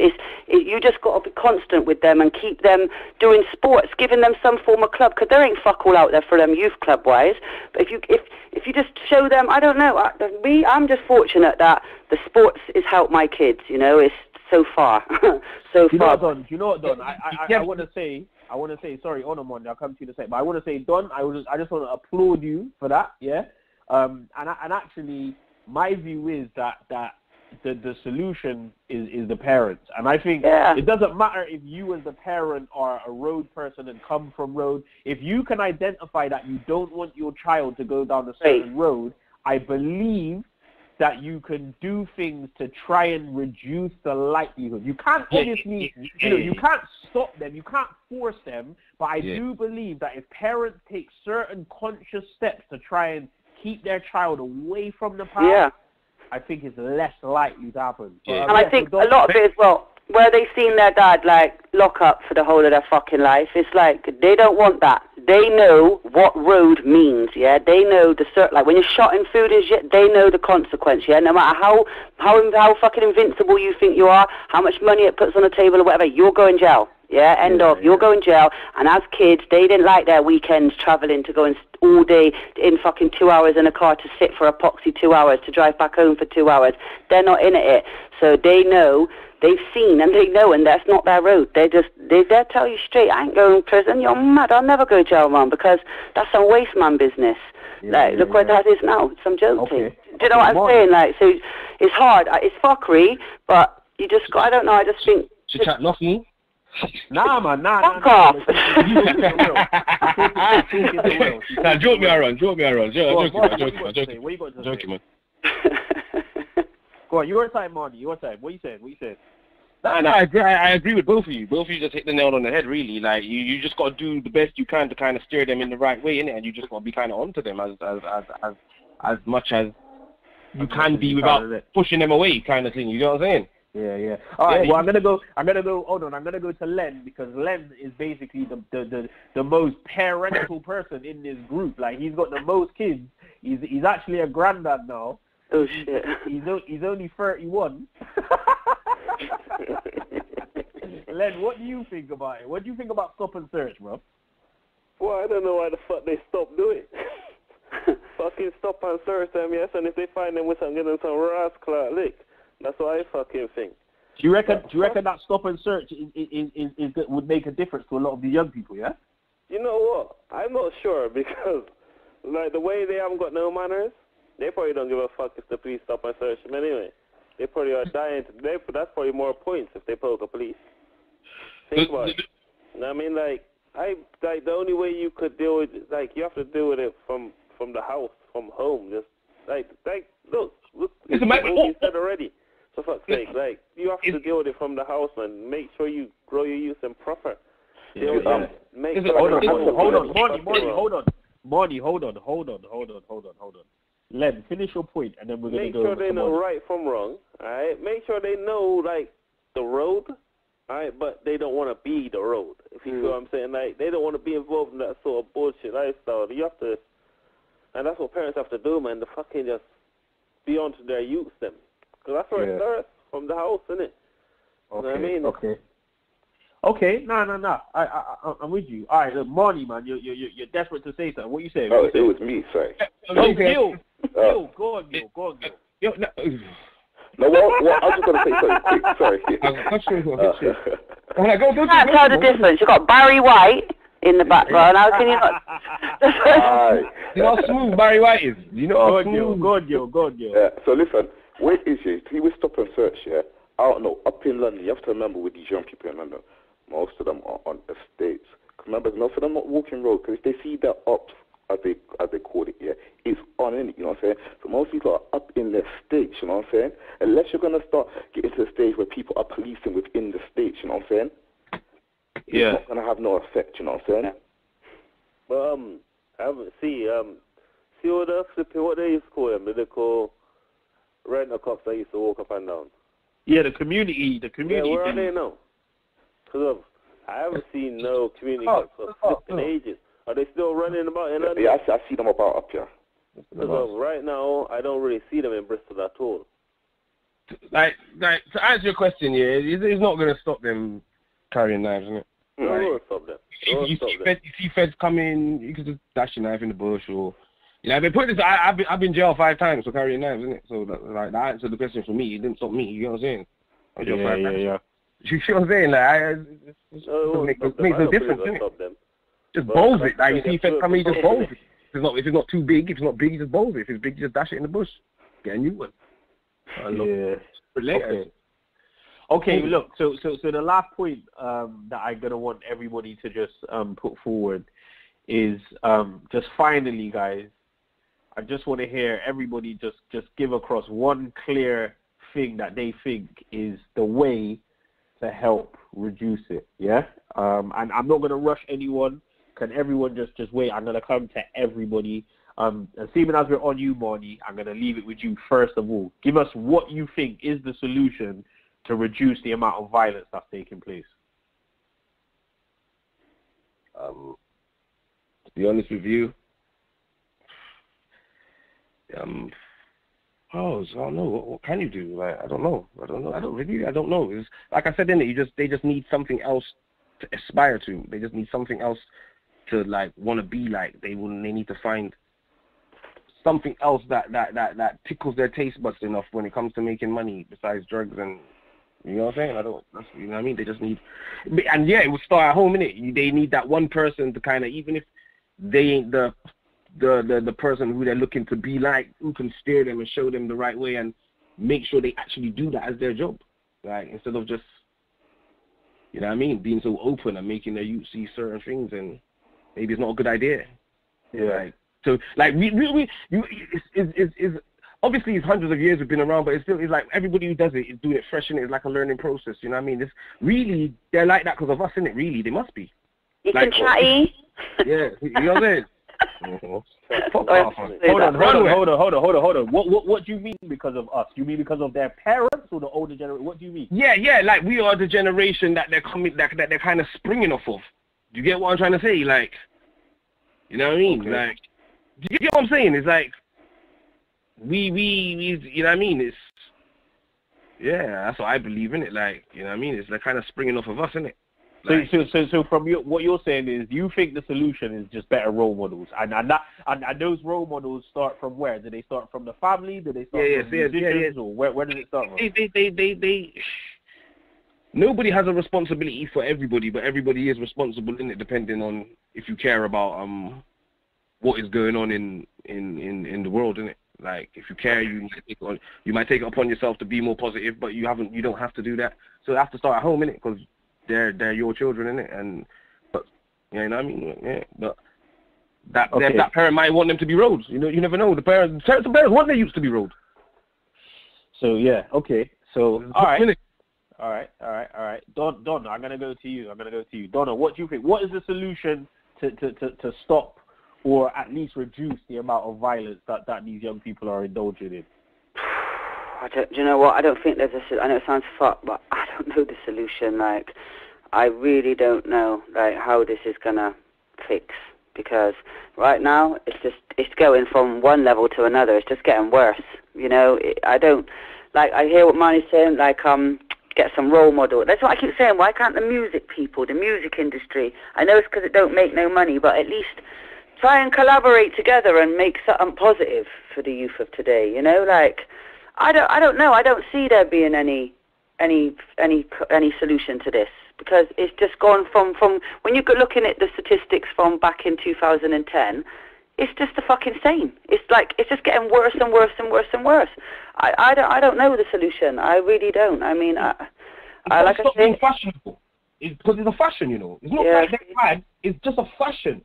It's just like a pair of trainers, or it's just got to not be fashion anymore, innit? Someone's got to change it. Oh. It's fucked. I think maybe some, like, more people, you know, when you do them, what are they called when they give you money, like, not when people put money into something, and you can try and make a business out of nothing. I don't like what was it called when there's that, the partner. Yeah, well, I like a partner. That's a Jamaican thing, isn't it? Yeah. No, not that. Like, one of those, like, businesses, organisation that brings young people to try and, there's money, like, they've got like a organisation of money where if you think you've got a business head or you've got an idea or something, go to these people and they can try and help you, like, set up the legitimate, they can show you the way rather than road, like, that, I swear the guy in Bristol's doing it as well. You got street to the boardroom. Yeah, that's it. That type of thing. You know what I'm trying to get at. Yeah. Okay. Like maybe something like that. I don't know. I don't see there being a solution. You know, not anytime soon, because it just seems to be getting worse. Because every day that somebody's getting murdered, there's going to be a reaction. Somebody's retaliating because of that.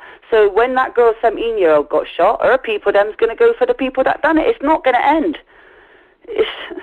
I can't see there being an end to this, you know, and it's sad because it's the youth of today. Yeah. All right, Len, I'm going to go over to you. What do you think is a solution, bro?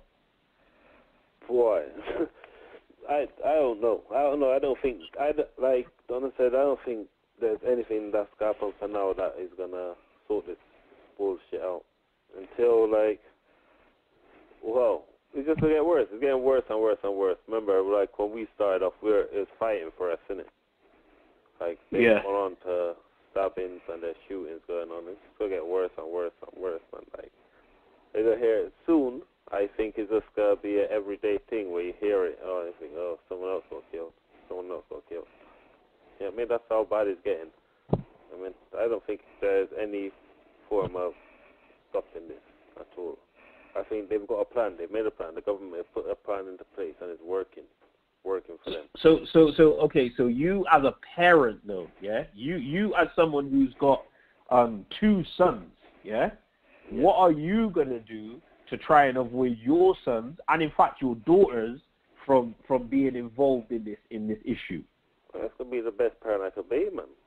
Guide them the right way. That's the most I can do. You know what I mean? Like, try and put them on the right path. Let them know that certain things ain't good. You know what I mean? Talk to my girl, make sure she knows that you don't want to be around a certain person without no ambition. You know what I mean? Because she's got to have a boyfriend, isn't it? That's what happened with that girl that got, ain't it? That's what happened with the girl. I got shot. She was 17 years old. I seen a video clip. She's protecting her boyfriend, isn't it? Is that what it was? She's protecting. Alright, because she's protecting someone that's on the floor. Yeah? And he's got, after that, she got shot. And I'm seen a news report that they've arrested a 30-year-old man in connection with it. You know what I mean? On the drive-by shooting. Like, I'm sorry to cut you, person being charged. I'm not sure if it's all true, you know. So. Did they say she was in the wrong place? She was just chatting to someone and they just sprayed up the place? No. Is that not what it was? Yeah, and see what it is too. Some people are misconstrued with that video you seen with that girl getting attacked. That was two separate incidents. But, yeah. Okay. So look, naturally we've come to you, Gil. Gil, give me a solution, bro. What is the way that we're going to reduce this? All right.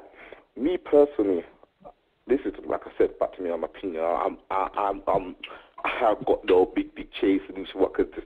But what I do know, is that there can be a solution, but it's gonna take years. Yeah. This is not an overnight thing. This is not even a 5-year work. This is gonna be for generations. So maybe your kids could see this effect for it to go into play. You know what I'm saying? Because right now it might sound bad, but most of these lot are fully affected, ready in it. There's no going back for them. You know what I'm saying? Well, how can you go to a young teenager, maybe 18 or something, was getting money, seeing loads of money, and you're going to try to get him to stop what he's doing right now, you know what I'm saying? You have to remember, these kids are seeing money. They're spending £1,000 on red bottoms, you know what I'm saying? Like, you know what I'm saying? That's the reality. They're living that life, innit? So I think the solution, you have to get to the younger lot. So I'm talking about kids from maybe 12 downwards, you know what I'm saying? Yeah. And work with them. But I keep going back to the community thing. I think that's such important. That it's going to need just more than one person just working with it. We need the whole community to be part of it. We also need these people like certain rappers, what a certain age, what are now in their 30s, still rapping about they're in the bando, trapping and all that. You know what I'm saying? To get them to, you know what I'm saying, stop polluting these young people's minds. You know what I'm saying? It ain't just youngers, like, because when you think the other day, sorry to cut you, Gil, like, Ruffus, yeah, the cunt stabbed him. The fucking, I can't even, that gets me angry, but they're a big man still stabbing, so it's of course. There's not even a kid, there's people losing age, losing their life from all age ranges, but right now, it's stupid that young people, like, regarding people lose their lives, I'm not saying they shouldn't lose their life, but come on, these youngsters are lucky if some of them get to see the age of 19. Like, that's not like, you know what I'm saying? Their life ain't even started. Yeah. You know what I'm saying? Like, your teenage years, that's the kind of stage where you're still to get you know yourself. Like, when you finish school, that's when you start to go, some of them start to go rave, start to get yourself. And you're telling me that your lifespan is for 19, so basically, they're really experiencing 3 years, because you leave school at 16, that's when you start to kind of get to venture out. So, like, 3 years, and then that's it. Like, it's stupid, isn't it? So it's like we really need to focus on them younger lot. Need to even need to get at people who are of age, influencing these young people, getting them, selling them to country to sell drugs for them and all this thing, you know what I'm saying? And it's going to need a community and a people on a whole to do this. But I don't think it's going to, the solution, what I'm talking about, it's not something you could see in a year's time or a few years' time. It's going to take a long time, and it's going to be a long, hard work. And we're going to go through what we're seeing right now is bad. We're going to see much worse. So we're going to have to go through some rough times to get to the end of it. You know what I'm saying? Yeah. Okay, well, look, I'm going to, I got somebody who's going to call in, guys, in a second. Who's just going to basically just give their opinions. It's just an older guy that I know called Rico who's just going to give his opinions on what he thinks needs to be done or solutions. I just think it's interesting to hear from an older person, but I just want to weigh in and give my suggestion for what I think is solutions. So you know, my big thing, and I don't want to, I know it's fuckery to point fingers, but I think it's down to the actual families. And as a man, as a father, I think fathers have got a big role to play in this. I think the solution is for people to basically look after their children and try and guide their children. Because I believe that if every single person in this room has got a teenage son who's potentially going to go out there and pick up a gun or a knife, if we are working on trying to keep them out of that lifestyle, yeah, I believe that that's the best chance we've got, because there ain't going to be no magic weapon. Like, it has to be a case of, you know, we're doing everything we can do to try and keep our kids out of it. I think a lot of parents are being naive, yeah? Everyone's going to say, like, all the parents, a lot of parents are going to say, oh, it's not my fault. All right, it's not your fault, but you're a lot of these parents are naive, yeah? If you've got a teenage you, and your you is a boy, and he's 15 or he's 14, make a good point as well, because it needs to really happen from before this. But if you've got a you who's 14, 15, and he smells a grade, or like every time he goes out, he's like dressed up like a ninja, like you need to, and people need to, that you know what it is, isn't it? If you live in the middle of a hood, yeah, if you live in the hood, let's be fucking real. If you live in the hood and your teenage boy is out on road late at night, yeah, you can't be naive to what he's you can't be naive to what he's involved in. Do you know what, Ro? Yeah, I'm sick and tired of hearing on the news, yeah, oh, he was such a nice boy. He was so. I'm not meaning to be horrible. But it's like, I'm sick and tired of hearing that. Like, I'm waiting for the mom to say, you know, I love my son, you know, but he was a piece of shit. I knew this was gonna fucking happen. You get what I'm trying to say? Like, be honest, isn't it? Like, why is it always he was no worse in the picture to be something totally different than what it is? He was a little fucker. You get what I'm trying to say? He might have been nice to you and said good evening to you, but when he went out of that front door, it was on nothing but badness. Like, that's what I'm saying. And these parents, I think a lot of the parents today are young. They're younger people. Yeah, they're young parents. They're not too much older. They might even be our age group. Yeah. Now, I feel like I can't be naive, because my youth could go out and do some fuckery, and I could be that parent who's like, wow, I didn't see that coming. But at the same time, I do honestly believe, like, there's a lot of telltale signs. Like, if your youth is conducting themselves in a certain way, I think one of it's a blessing to be a young parent, you know, because you can kind of recognize it maybe a bit more than an older parent. So that's my take on it. I want to basically now, guys, I'm just going to introduce Rico. So Rico is basically an older guy that I know. He's from Bristol as well. Rico, you there? You on the line? Hello, Rowan. How are you? I'm very well, mate. I'm very well. So hello, Donna, Gilly, Len, and Marnie. How are you guys? All right? Hello. All right. Nice. Yeah. So Reese, I just wanted you to kind of weigh in, and I'd like to hear from you as an older guy. What do you think is the solution, and what needs to be done to try and curb this violence, this senseless violence that's taking place amongst the young people? Well, to be honest, Rowan, I've heard the parts of your debates tonight. It's been quite eye-opening, really, because I'm talking about different generations now. I'm a 70s, 80s youth, and I imagine Donna and Marnie, that you guys are more the 90s and 2000s. So what I'm going to say is going to be probably controversial, and people of my age group are going to think you're crazy. I strongly believe right now what they did in Paris about 7 years ago to bring back the sus law. And when I say the sus law, as in, we can't have children, not just children running the streets between 13 and 16. They need to be questioned. Why are they there? Donna made a fantastic, valid point. We need to start parenting our children. We keep blaming the government. The police, and so. But to start, right at the beginning, we need to police our own community. I'm talking leaders, as in pastors, community leaders, social services, to get engaged, and also the police as well, to challenge teenage kids roaming the streets of Britain. There has to be some form of law to say, what you're doing, you're a school week, you should be at home, and hold some of the parents responsible. That's a short fix. I haven't got a long term, but I think what they did in Paris, it curbed the violence and the crime rate overnight. I'm not saying that's a long-term solution, but at the present moment, we've just lost 50-odd lives in streets of London. As one of you guys said earlier, Birmingham's got a major problem at the moment. Nottingham's always had a problem, and you are right. They do have times. Every different city has their different subculture, but at the present moment, we have to also be careful how the media's leading it. But the knife crime, if we're broadcasting it that we're ahead of America, that's a real major worry for me. Okay, so hold on. Just you mentioned a law in Paris. Sorry, just explain that. Sorry, I don't. I mean, when I was in the 70s, mate, there was a sus law where they can pick you up. Margaret Thatcher brought that in. It was basically like it was almost like apartheid amongst black West Indian youths, because mainly West Indians, wasn't it, back in the 70s and 80s. Now it's a lot mixture now. Right. Back then it was called a sus law. If you were past 12 o'clock, the police can stop you and say, where are you going? And question you. You know? Sorry to laugh. Yeah, that's fine. That's what happens back then, you know what I mean? And it was you got the Eastern St. Paul's, the Moss Sides, the Brixton, we were targeted as black youths because it was called a sus law. It was for everybody, but they seemed to target us.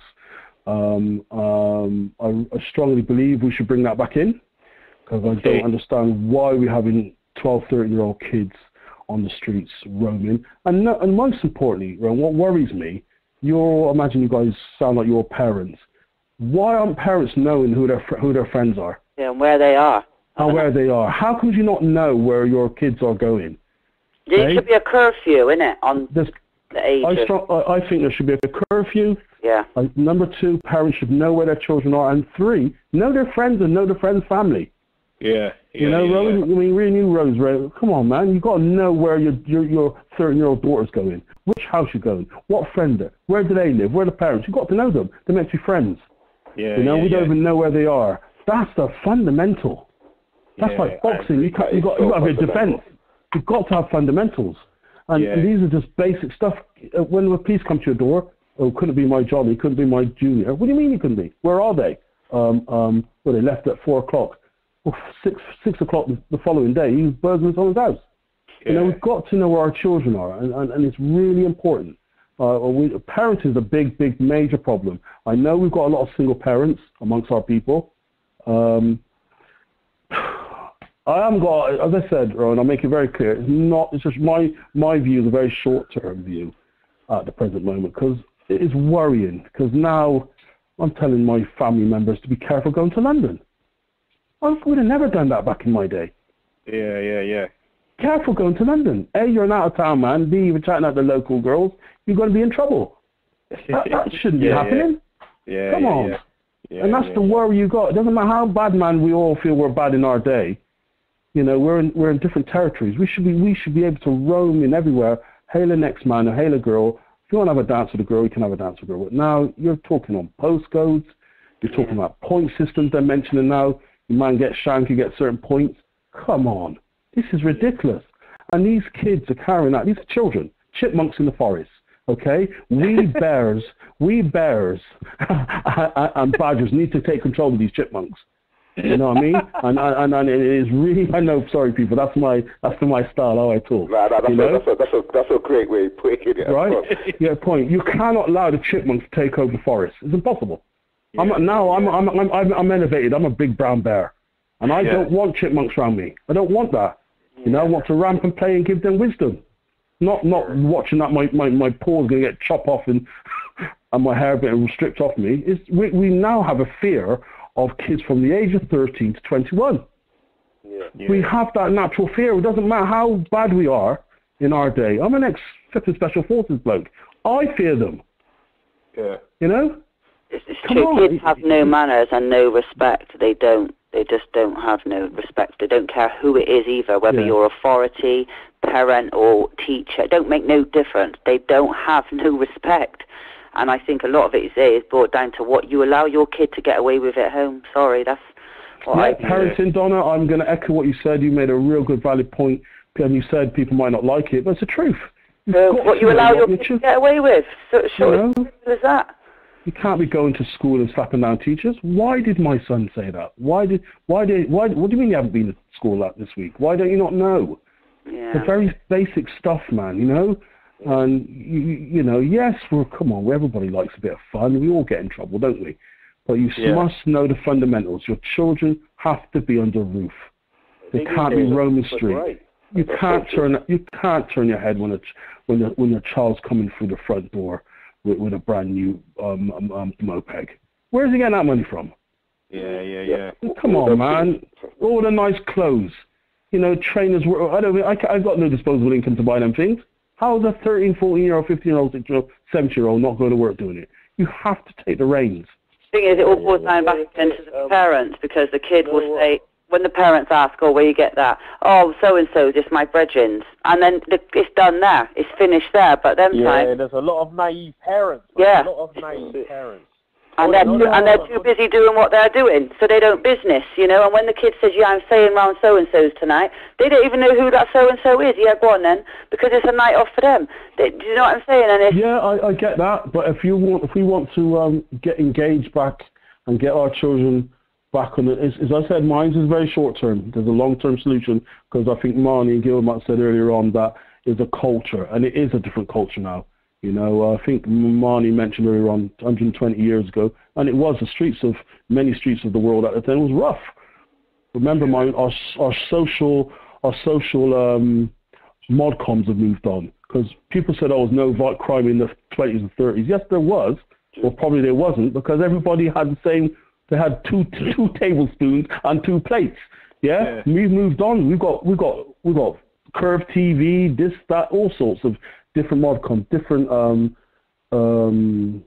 material goods, modern day material, and it flashes. It's like diamonds in our eyes. We want them. Our grandparents didn't have that, so we didn't have that sort of problem. We have it now because we want to. Quickly, please. Yeah, go on, elaborate. And it's true. And I was just about to say, I believe like with this younger generation from Caribbean descent and stuff like, their culture has been now taken away. Like, my parents come from Jamaica, you know what I'm saying? Where, like you said, like, when I was younger, if I go to stay at someone's house, my mum want to know who their parents is and all these things, you know what I'm saying? Because all these things, so you know where your son is, not even that too, so you know what sort of people your son's around, you know what I'm saying? Yes. Can I defend the parents a little bit though?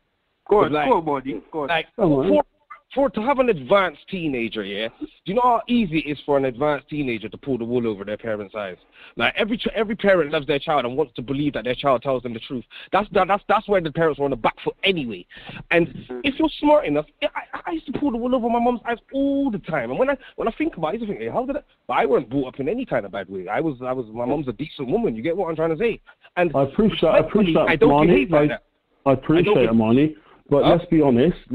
Please. I appreciate what you're saying, but we've got things called mobile and phone. So if Marnie said he's going so and so, I'm going to ring Mrs. Smith. Says, Mrs. Smith, Marnie, where you there? And he's going to say yes or no. Oh, we don't see him. So where is Marnie then? So when you come through the door, say, Marnie, you said you were around Mrs. Smith.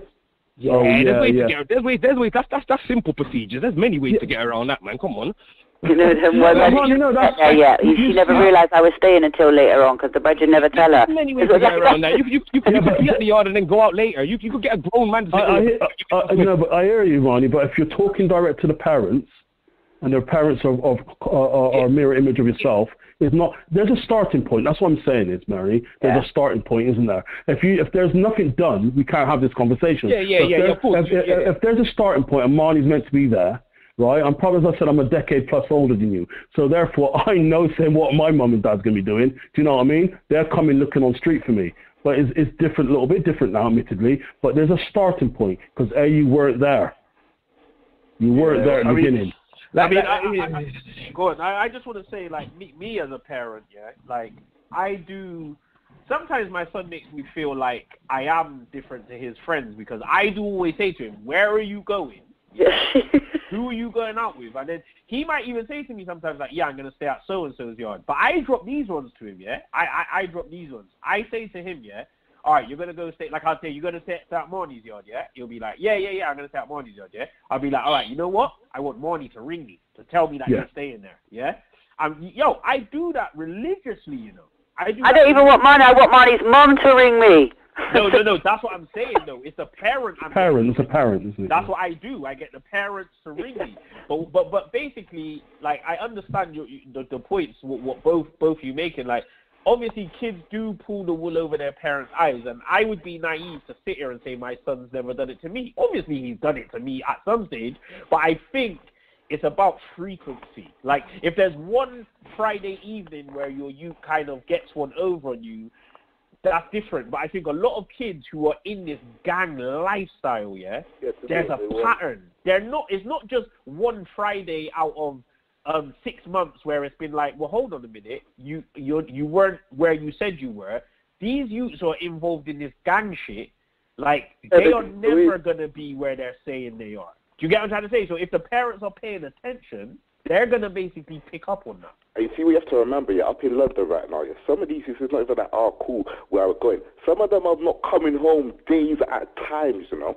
Exactly. They're actually on their block, innit, like, literally, you know what I'm saying, same clothes for, like, a good 4 or 5 days, you know what I'm saying? And it's the realness, and it puts a situation where it is now. I was hearing someone talking about it, it's like, now for the parent now, they don't want to ring the police that, my son not come home, because now social services are going to get into that. Yeah. They think that it's a whole heap of things, but at the same time, it comes back down to that individual as a parent, innit, you know what I'm saying? Like, and the government plays a part, like, because when we took, remember, the government, from the day they knew what they were doing. When you're taking that power away from the parent, where you can't smack your child and all these things, like, none of these kids know all these things, innit, you know what I'm saying?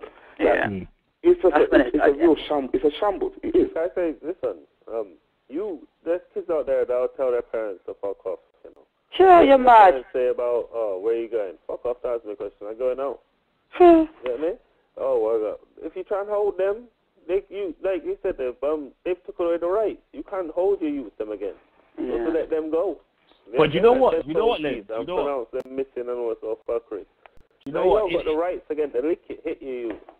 Nah, I hear that, yeah. Youth, you know. I hear that. Slap on the ass. You can't even slap you them on the ass. Nah, but you know what? You know what, Len? This is the thing, yeah? All right, so that is the truth, yeah? But, like, that is to me, that's a trick, bro, yeah? That's something that ain't going to stop me. So me personally, like, I had an incident where a few months ago, I had to actually get physical with my teenage son, yeah? And, like, I am not scared to stand in front of anybody. Cause I don't even know anybody who ever has said to me, do you know what? The police came to my yard because I beat my youth and my youth don't care. I don't know that no one that has happened to. So that's almost like a myth that's been in people's head to try and control. Fam, that's not stopping me, you know, fam. My friend slapped her kid in his face. Stop you. I won't stop me, but I'm just saying that they've took the rights away from the parents, so that's what's frightening the parents now. Yeah, it's a myth, though. It's a myth. The thing is, I don't. More time, maybe when they get a bit older, like boys especially, you might need to get maybe a bit hands-on in certain situations. But when kids are younger, I don't even really believe you need to beat them anyway. You should be much smarter than them. You should be able to find a better way to kind of... Withdrawal of things. Withdrawal of their Xbox and all them. And mean it. No empty threats. No threats. You make a threat, you follow it through. That's all you need to do. I got my stepson there now, yeah? He's a teenager now, and he got his things that he likes. So we put it to him, say, if you frig yourself, that get text. Like, he got the iPhone. He love his iPhone. You know what kids are like with their phone anyway. And this is, you have to remember too, the new era of punishment, like taking that phone away from him, yeah? That's such a big thing for them. It's just like when I'll probably get beaten, you know what I'm saying? Because the times has changed, didn't it, you know what I'm saying? You could beat me, but don't take my phone. I took the phone to him before now, yeah? And I thought, like, it seemed to, when I look at him, it's like the world ended for him, you know? Yeah. Yeah, man, I think, yo, and now I just threaten him now. Fuck yourself, I'm taking that rascal, you know? And he just knows, like, that's when he just starts, he's a good youth. He never do nothing bad, alright? But because I grew with that yard discipline, innit? My dad used to, anything I fuck around with, I'm getting it. So I got that same discipline with my boy fitness. So with him, I don't even have to say nothing to him. He's a good youth. But if you freak yourself out, take the phone. Yeah, you know what you got to do. You know what you got to do. Yeah. All right, well, look, Pete's, man, I'm going to wrap up this week's show. We're basically coming on now for like an hour and 50 minutes. So I just want to thank everybody who's been part of today's show. I want to say thank you to Rico for calling in and giving his contribution. So thank you very much, sir. It's been a pleasure, and I'll keep up the show, and you're making a real positive, definitely outlook on our society, Rowan. And Donna, Marnie, Gilly, and Len, the whatever stories that we named. If I forgot anybody else, apologise. Have a wonderful evening and have a wonderful week, guys. All right? Take care of yourselves. Respect. All right, so look, just going to basically touch base with each one of you. So first of all, Gil, thanks for everything, your contribution this week, bro. What's your any final thoughts before we sign out for this week? No, like I said, today's been a very deep conversation. I say it's very insightful. I say, and there's just for it, like all I could just tell people is just it starts from home, innit? So all parents out there just nothing, just put into our youth. So let's just be carrying it, you know what I'm saying? And that's it. Okay, all right, respect, bro. Morning, what you saying, fam? Gang. Joking. Nah, bless man. Thanks for having me, man. Good morning. Yeah, thanks for having me, man. You get me? All right, fam. Have a good week. I'm actually on the road right now. Because I was thinking, right, this is pushing on 2 hours. I got something I got to do quick time, like. So I'm actually out on the road, like. Everybody's trying to chat to me, like, shh. Be safe out there. Yeah. All right, Don, what you say? Well, I'm just saying the same as like girls. At the end of the day, I think the parents just have to just get to know your youth from young and build a relationship differently with them. Make them trust you, and you'd be able to trust them and know that what they're saying to you ain't a load of bullshit. Do you know what I'm saying? And if they can, and that they can come to you. That's all I done with my kids. I know they can come and tell me anything, and regardless of what it is, I'm open like that. That's how we roll in there, you know. And I think a lot of parents need to be like that. I don't know how, but you just need to. But other than that, thanks for having me on the show. It was a pleasure. And whoever told me I talk too much, fuck off. Yeah. All right, Len, last final thoughts before we close out, Len. What you saying? Well, I just want to say R.I.P. to the lost ones. Office! Sorry, I just had to shout that out. Well, listen now, man. Like, just hope it changes. I know it ain't gonna change today, tomorrow, the next day, but just hope that people fucking fix up and realize that we're losing life there. You know what I mean? Over bullshit. I mean, get your priorities and fucking check, man. Thanks for having me on the show again. Yeah? All right. Bumbacast. Respect, bro. Well, look, peeps, thank you very much for tuning in to this week's episode of the Dutty Bumbacast. Don't forget, please subscribe to our channel, turn on the notifications, like, share, let all your people them know about this show. If there's anyone who's listening to this who wants to get involved, you can hit us up at the duttybumbacast@gmail.com. So if you've got a point of view and you'd like to call into one of the shows or be part of the show, hit us up at the email, and we're definitely interested to hear from anybody. So yeah, from me, I just hope everybody has a good week, and we'll catch you next time, yeah? Bless up, everybody. Respect.